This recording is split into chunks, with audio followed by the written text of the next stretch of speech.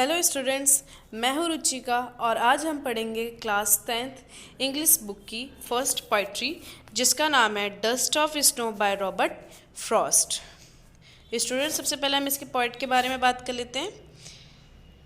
Poet का नाम है रॉबर्ट फ्रॉस्ट, जिनका बर्थ 26 मार्च 1874 और डेथ 1963 29 जनवरी में हुई थी। He was an American poet और वो एक अमेरिकन पोइट थे।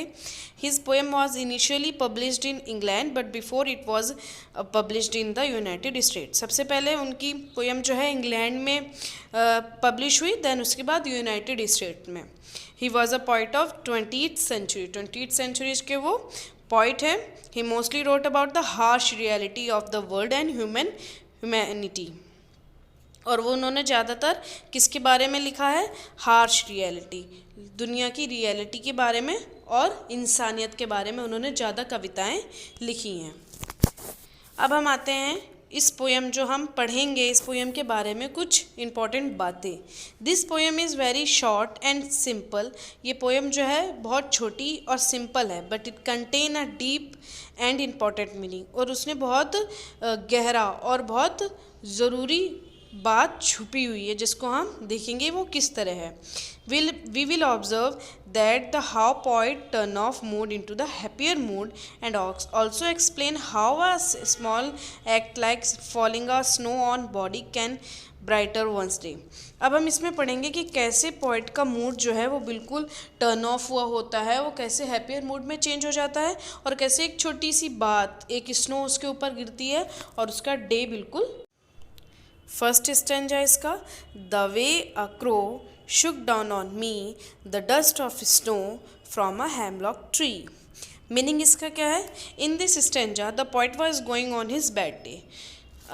इस स्टेंजा में हम देखेंगे कि पोइट जो है एक अपने बहुत बुरे दिन से गुजर रहा है, अभी उसका आधा दिन ही हुआ है।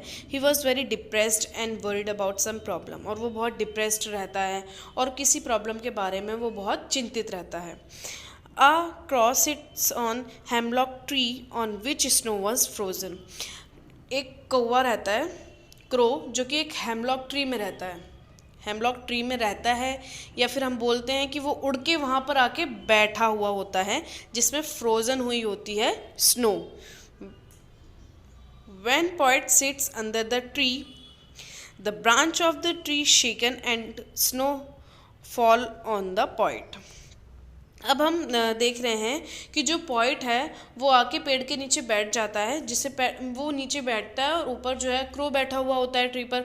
तो जब वो ट्री की ब्रांच होती है स्टूडेंट्स, वो शेकन होती है, वो थोड़ी सी हिलती है। जब वो हिलती है तो उसके ऊपर वो रहती है ना, बर्फ़ गिरी हुई होती है, स्नो होती है, तो वो स्नो जो है उसके ऊपर गिर जाती है, फ्रोज़न होती है स्नो। और जो यूरोपियन कंट्री में होता है स्टूडेंट, स्नो तो नहीं, लेकिन क्रो और हेमलॉक ट्री दोनों ही बैड लक साइन होते हैं, बिकॉज हेमलॉक ट्री एक पॉइजनस ट्री है वो, और क्रो जो होता है वो काला होता है, इसलिए जो हो उसका बैड लक माना जाता है कि इसे देख लेते हैं तो सारा दिन जो है ख़राब हो जाता है। और इसमें लिटरेरी टर्म कौन कौन सी है? मेटाफर यूज़ हुई है, कहाँ कहाँ पर यूज़ हुई है?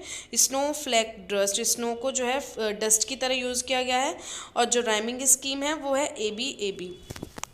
नेक्स्ट स्टेंजा में बात करेंगे, has given my heart a change of mood and saved some part of a day I had rued. When the dust of snow fall on his head he is mood, his है यहाँ पर, his mood change very quickly, his mood becomes calm and happy. जैसे ही वो dust of snow उसके सर पर गिरती है, उसका मानो दिमाग ही, या फिर मैं कहूँ उसका मूड ही बिल्कुल चेंज हो जाता है।